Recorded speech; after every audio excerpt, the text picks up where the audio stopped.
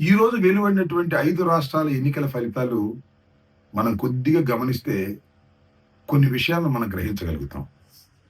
ముఖ్యంగా తమిళనాడు, కేరళ, బెంగాల్ ఈ 3 రాష్ట్రాల్లో ప్రస్తుతం ఉన్న ప్రభుత్వాలు కూలిపోయాయి. కొత్త ప్రభుత్వాలు అధికారం చేపట్టనున్నాయి. అంటే యాంటీ ఎస్టాబ్లిష్మెంట్ ప్రభుత్వ వ్యతిరేకత చాలా మెండుగా ఉంది అనేది అర్థమవుతున్నటువంటి అంశం. ఉంటే ఉంది. అది ఎన్నికల్లో కూడా అంత స్పష్టంగా కనిపించలేదు. ఎన్నికలు సమీపించిన తర్వాత కొద్దిగా కనిపించింది. బ్యాలెట్‌లో మాత్రం చాలా స్పష్టంగా కనిపించింది. అంటే ప్రభుత్వ వ్యతిరేకత కేవలం బ్యాలెట్‌లో మాత్రమే కనిపిస్తుంది తప్ప, అంతకుముందు కనిపించటం లేదనేటువంటి భావన ఇవాళ మనకు సర్వత్రా వ్యాపించింది. ఇంకో మాట చెప్పాలంటే చాలా సంస్థలు, సర్వే సంస్థలు చాలా శాస్త్రీయంగా చేసేటటువంటి సర్వేలన్నీ కూడా ఆల్‌మోస్ట్ ఆల్ విఫలమయ్యాయి. ఏదో అరకొర తప్ప కొన్ని చోట్లయితే వ్యతిరేకమైన ఫలితాలు కూడా రావటం జరిగింది. అంటే సర్వే సంస్థలు కూడా ప్రజల యొక్క నాడిని పట్టుకోవటంలో విఫలమవుతున్నాయనేది చాలా క్లియర్‌గా అర్థమవుతుంది. ముఖ్యంగా తమిళనాడు గురించి చెప్పాలి. చాలా విచిత్రంగా ఉంటుంది తమిళనాడులో. తమిళనాడులో విజయ్ అసలు ప్రారంభించినప్పుడు సింగిల్ డిజిట్‌కి మాత్రమే పరిమితం అవుతాడు అనేటువంటి భావన అందరూ చెప్పారు. దగ్గరికొచ్చిన తర్వాత పోటీ బాగా ఇస్తున్నాడనేటువంటి భావన చెప్పారు. ఆ తరువాత ఎన్నికలు అయిపోయిన తర్వాత కూడా స్టాలినే గెలుస్తాడు, డీఎంకేనే గెలుస్తుందనేటువంటి మాట మాట్లాడారు. కానీ 1, 2 సంస్థలు మాత్రం విజయ్ అధికారంలోకి రాబోతున్నాడని చెప్పారు. కానీ ఎవరు అంతగా నమ్మలేదు. స్టాలినే మళ్ళీ తిరిగి అధికారంలోకి రావచ్చు అనేటువంటి భావన ఏర్పడింది. కానీ ఎన్నికల ఫలితాలు చూస్తే చాలా విచిత్రంగా ఉంది. చివరికి స్టాలిను, ఆయన కుమారుడు ఇద్దరు ఓడిపోయారు. విజయ్ 2 చోట్ల గెలిచాడు. అధికారం చేపట్టబోతున్నాడు. బహుశా ఒక 5, 10 తగ్గేటటువంటి పరిస్థితి మాత్రమే ఉంది. స్టాలిన్ చివరికి డీఎంకే అలా ఇలా కష్టపడి సెకండ్ ప్లేస్‌లోకి వచ్చింది. ప్రారంభంలో అయితే అది థర్డ్ ప్లేస్‌కి పోయి చివరికి అపోజిషన్ స్థాయి కూడా వచ్చేటటువంటి పరిస్థితి లేదేమోనని అనిపించేది. ఏది ఏమైనా స్టాలిన్ చాలా బ్రహ్మాండంగా చేశాడు, అద్భుతంగా చేశాడు అని మీడియా పొగిడినప్పటికీ, చాలామంది విశ్లేషకులు స్టాలిన్ పరిపాలన చాలా బాగుంది తమిళనాడులో అని ఊదరగొట్టినప్పటికీ కూడా ప్రభుత్వ వ్యతిరేకత మెండుగా ఉండటం వలన బాబు కొడుకులు ఇద్దరు కూడా ఓటమి పాలు కావాల్సినటువంటి పరిస్థితి ఏర్పడింది. ఇది కొంత ఆశ్చర్యాన్ని కలిగించేటటువంటి అంశం. ఇంకా విజయ్ విషయానికొస్తే విజయ విజయ్ విషయానికొస్తే విజయ్ చాలా రికార్డులు సృష్టించాడు. ప్రారంభం నుంచి అతను పార్టీ పెట్టిన దగ్గర నుంచి గెలిచేంత వరకు ఎక్కడ జడవకోకుండా ముందుకు వెళ్ళాడు. సాహసోపేతంగా ముందుకు వెళ్ళాడు. ఒక్క మాటలో చెప్పాలంటే సినిమాలోనే హీరో కాదు, ప్రజల మధ్యన కూడా హీరో అనేటువంటి మాట అనిపించుకోగలిగాడు కాబట్టే విశ్వాసం పెరిగింది. ప్రజలు ఆయన పక్కన మొగ్గారని నేను అభిప్రాయపడుతున్నా. ముఖ్యంగా ఆయన మీద ఈడీ కేసులు పెట్టారు. ఆయన ఇబ్బంది పెట్టేటటువంటి ప్రయత్నం చేశారు. చివరికి ఆయన సినిమాను కూడా రిలీజ్ చేయకోకుండా జాగ్రత్తలు తీసుకున్నారు. కుటుంబ తగాదాల గురించి రెచ్చగొట్టేటటువంటి ప్రయత్నం చేశారు. అనైతికమైన విషయాలను ఆయన మీద రుద్ది ఆయన అపహాస్యాలు చేయాలని ప్రయత్నం చేశారు. అయినా విజయ్ మాత్రం ఒకటే చెప్పాడు. బీజేపీ వాళ్ళు పొత్తుకు రమ్మన్నా, ఇంకా అనేక మంది పొత్తుకు రమ్మన్నా, నేను పొత్తులకు వెళ్ళను, ఒక్కడినే పోటీ చేస్తాను, సింగిల్గానే సింహం పోటీ చేస్తుందని గర్జించాడు.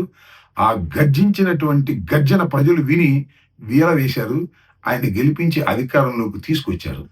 ఇది చాలా మందికి గుణపాఠం కూడా కావాల్సినటువంటి అవసరం ఉంది. సాహసిస్తే తప్ప అధికారం రాదు అనేది చాలా స్పష్టమైనటువంటి సందేశాన్ని విజయ్ ఇచ్చాడనే విషయాన్ని మనం ఇక్కడ గమనించాలి. చాలా మంది రాజకీయ పార్టీలు పెట్టారు. ఈవెన్ తమిళనాడులో కూడా రాజకీయ పార్టీలు పెట్టారు. ఈయనకన్నా పెద్ద స్టార్లు అనుకునే వాళ్ళు కూడా పెట్టారు. కానీ ప్రజల మధ్యన నెగ్గలేకపోయారు. కొంతమంది వెనక్కే వెళ్ళిపోవాల్సిన పరిస్థితి ఏర్పడింది. అంతేకాదు పక్క రాష్ట్రాల్లో కూడా అనేక మంది సినిమా స్టార్స్ రాజకీయ పార్టీలు పెట్టారు. కాలగర్భంలో కలిసిపోయే విధంగా చేశారు. ఒక్క నందమూరి తారక రామారావు గారు మాత్రం ఇదే పద్ధతుల్లో సాహసంగా ముందుకు వెళ్ళాడు. ఏత బోత నేను చెప్పదలుచుకున్నది ఏమిటంటే, రాజకీయాల్లోకి వచ్చిన వాడు ఎంతో కొంత మొండితనం లేకపోతే కుదరదు అని తేల్చేశాడు విజయ్ కూడా. అనేకమైనటువంటి ఇబ్బందులు పెట్టారు, అనేకమైన ఆశలు చూపారు. ఎవరితోనూ కలవకోకుండా మొండిగా పోరాటం చేసి విజయ డంకా మోగించాడు. అందువల్ల సాహసం సేర డింబక అని ఒక సినిమాలో ఎస్వి రంగారావు అంటాడు. అదేవిధంగా సాహసం చెయ్యంది రాజకీయాల్లో ముందుకు వెళ్ళలేమనే విషయాన్ని గమనించాలని ఈ సందర్భంగా నేను చెప్పదలుచుకున్నా. కొన్నిసార్లు సాహసాలు విఫలం అవ్వచ్చు. కానీ ఆ విఫలం కూడా పునాదులు పడతాయి బలంగా గెలుపు కోసం అనేది చరిత్రలో చాలా విషయాలను మనం గమనిస్తున్నాం. ఏది ఏమైనా ఎన్ని చేసినా విజయ్ గురించి పదే పదే చెప్పుకోవాలి మనం. విజయ్ ఘాటుగా, చాలా చురుకుగా ప్రజల మధ్యకి వెళ్ళగలిగాడు. అనేక విధాల ఇబ్బందులను కూడా ఎదుర్కొని ధైర్య సాహసాలతో ముందుకు వెళ్ళబట్టే ముఖ్యంగా యువకులు ఆయన్ని ఆదరించారు, ఓట్లు గుద్దారు, అధికారంలోకి తీసుకొచ్చారు. ఇక్కడ ఒక విషయాన్ని మనం చర్చించాలి. చర్చించడం అంటే కంటే చాలామంది అంటున్నారు, పోలుస్తున్నారు. సినిమా యాక్టర్‌ని పోల్చడం అనేది చాలా సహజం. ఎన్టీ రామారావుతో పోలుస్తారు, విజయ్‌తో పోలుస్తారు. ఇవాళ పవన్ కళ్యాణ్ గారిని చాలామంది పోల్చి చూస్తున్నారు. నేను పవన్ కళ్యాణ్ గారి గురించి మాట్లాడకూడదు అనుకున్నాను. కానీ ఈ సందర్భంలో మాట్లాడక తప్పదు. సరే, పవన్ కళ్యాణ్ గారి గురించి నేను మాట్లాడినప్పుడు జన సైనికులో లేకపోతే నా కాపు సోదరులు కించిత్తు బాధపడిన ఉన్న వాస్తవాన్ని చెప్పవలసినటువంటి బాధ్యత నాకున్నదనే ఉద్దేశంతో 2-3 మాటలు మాత్రం చెప్పదలుచుకున్నాను. విజయలాగా సాహసం చేస్తే ఆ రోజున చిరంజీవి గారు, ఈ రోజున పవన్ కళ్యాణ్ గారు ఈ రాష్ట్రానికి ముఖ్యమంత్రులు ఏదో ఒక దశలో అయి ఉండేవారు అనేది విశ్లేషకుల అభిప్రాయం. కాపులు చిరకాల కోరిక, ఒక కాంక్ష.